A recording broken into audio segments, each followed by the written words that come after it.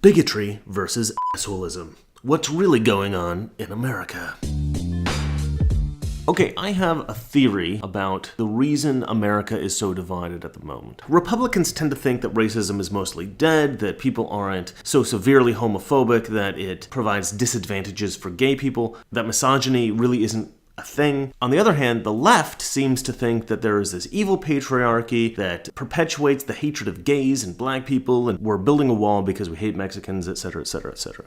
Okay, so how is it that the left still thinks that all these things still exist? I have a theory. The theory is that a lot of the specific instances of hate that people are seeing around America are less about bigotry against a specific group and more just the work of a-holes. Okay, so what does that mean? A-holes tend to attack people in the cruelest possible way, whether or not they're bigots. You may not have a problem with fat people. You may be fat yourself, but you would, call somebody a fat pig or something like that if you knew that that would hurt them because you didn't like them or you were mad at them for some reason. So my theory is that we confuse a lot of general a-holeness, douchebaggery, with specific instances of racism or sexism or something like that. If a guy is pissed off at a girl, he might call her some kind of vulgar sexual term. Somebody might say, oh, that guy's a misogynist, that guy's a sexist. Well, he's probably not a sexist to his mom, he's probably not a sexist to his sister, he probably respects a lot of women in his life. It's probably just that he was pissed off and he wanted to say something that he knew would upset somebody. Not everybody is sort of savvy enough to recognize the political ramifications or the social ramifications of what they're doing. The reason I originally came up with this theory is talking about kids. My friend Imran was from Pakistan. I once asked him if he had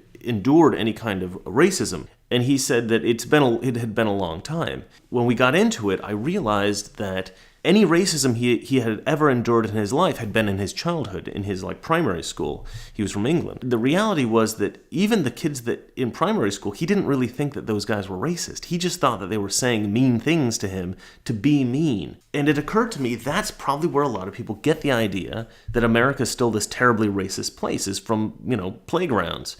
So, I do think there's a lot of reasons why the left still thinks that there's this heavy bigotry. I think that it actually is in their best interest to continue propagating this idea, especially politicians. If they keep saying, oh, there's all this racism in the world, you need to vote for us so we can protect you. It's a racket. And I talk a little bit about that in my Kanye West 400 Years Slavery Being a Mentality video. But yeah, the idea that we're a deeply racist, bigoted, homophobic country, I think is very obviously not true. You can demonstrate that through statistics and just living out in the world, you can see it isn't true.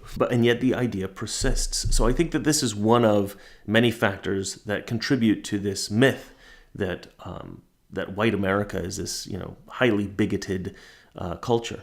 Look, it's much easier to say the reason I'm not successful in my life or the reason that people don't like me so much or whatever is because of my skin color or because of, my sexual orientation or because of my gender. It's so much easier to say that. Well, I can't change that about myself. What that does is it keeps you from bettering yourself, right? If you consistently put your problems onto something you can't fix, you will never focus on the things you can fix. And I think that's a huge problem. But unfortunately, I don't think most people want to work on their problems. I think that it's so much easier to put everything on this, idea of bigotry, that people who don't really want to change their lives or make themselves better people, they're always going to point out this fake bigotry. It's just always going to be here. We've just always got to accept that these people are going to propagate this idea.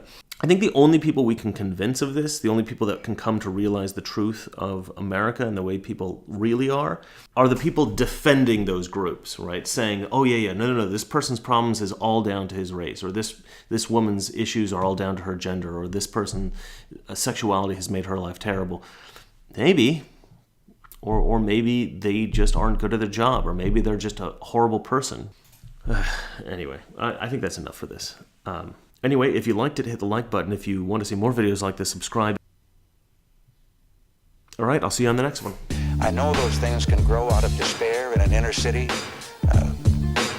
When there's hopelessness at home, lack of work and so forth, I am eternally optimistic.